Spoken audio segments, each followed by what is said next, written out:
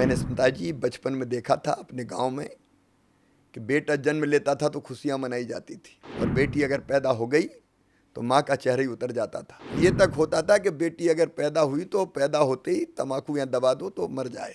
ये मुख्यमंत्री लाडली बहना योजना मेरे अंतरात्मा से निकली है, और मैं जानता हूँ कि इसके कारण बहनों की तकलीफें कितनी कम हुई है, कितनी दूर हुई है। जिन बेटियों को मैंने गोद में लेके वो दिए थे स्वीकृति पत्र, आज वो कॉलेज में पहुंच के जब मुझसे कहती मामा, तो मेरा रोम रोम पुलकित हो जाता है।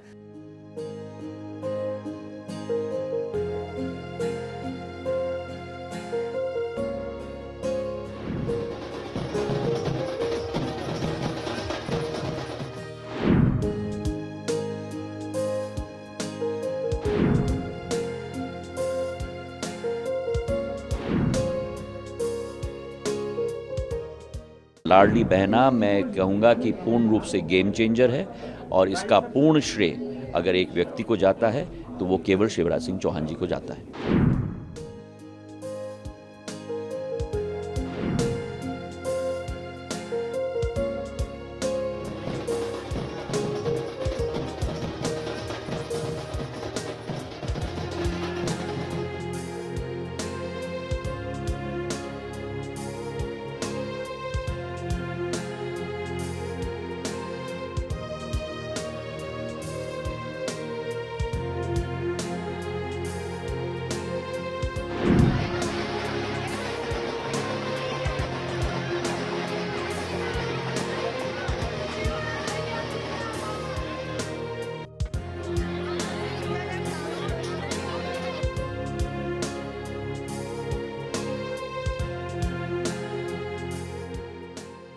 बहुत बड़ा असर। लाडली बहना मैं कहूँगा कि पूर्ण रूप से गेम चेंजर है, और इसका पूर्ण श्रेय अगर एक व्यक्ति को जाता है तो वो केवल शिवराज सिंह चौहान जी को जाता है।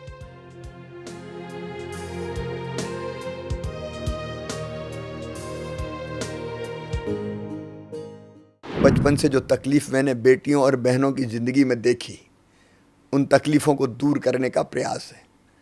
मैंने स्मिता जी बचपन में देखा था अपने गांव में कि बेटा जन्म लेता था तो खुशियां मनाई जाती थी। बधाई गाओ, लड्डू बांटो, हवाई फायर करो, ढोल बजाओ, और बेटी अगर पैदा हो गई तो माँ का चेहरा ही उतर जाता था, जैसे बेटी नहीं हो गई हो, आफत हो गई हो। मैंने ऐसी चीज़ें भी सुनी हैं कि कई बार दिल कांप जाता है। ये तक होता था कि बेटी अगर पैदा हुई तो पैदा होते ही तम्बाकू या दबा दो तो मर जाए। अब इसका परिणाम ही, और जैसे विज्ञान ने प्रगति की और ये पता चलने लगा कि कोख में जो पल रहा है वो बेटा है कि बेटी है। बेटी है तो कोई कत्ल खाना बना दो।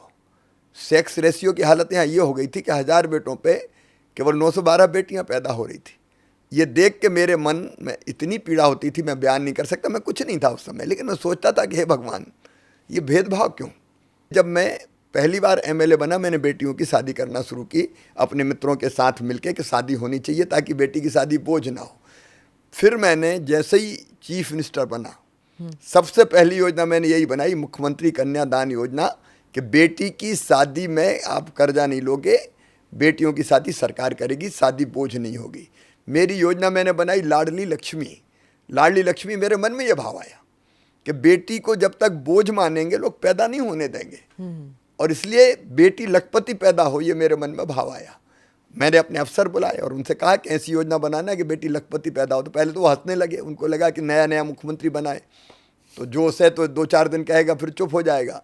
लेकिन मैंने कहा कि मैं बनाऊंगा, मध्य प्रदेश में अब जो बेटी पैदा होगी वो लखपति ही होगी। जिन बेटियों को मैंने गोद में लेके वो दिए थे स्वीकृति पत्र, आज वो कॉलेज में पहुंच के जब मुझसे कहती मामा, तो मेरा रोम रोम पुलकित हो जाता है, और मुझको लगता है कि मेरा जीवन सफल हो रहा है। इसलिए मैं कह रहा हूँ कि इसका इम्पैक्ट ये हुआ कि 912 नहीं, अब 1000 बेटों पे 956 बेटियां पैदा हो रही है। एक लाडली बहना, मैं, क्योंकि ये मेरे लिए बहुत इमोशनल विषय है, गरीब या निम्न मध्यम वर्गीय बहन, 1000 रुपये की भी जरूरत पड़ जाए, बेटा बेटी आके गोद में बैठ गया, माँ किताब दिला दे, माँ मेरी फ्राक फट गई, फ्राक दिला दे, मांगना पड़ता है। फिर माँ की इच्छा होती कि दिलाऊं, लेकिन मांगने जाती, पैसा नहीं मिलते, तो माँ के दिल पे क्या गुजरती। आइसक्रीम खिला दे माँ, बीमार हो गया तो 100 रुपये की दवाई लाना है, दिला दे माँ।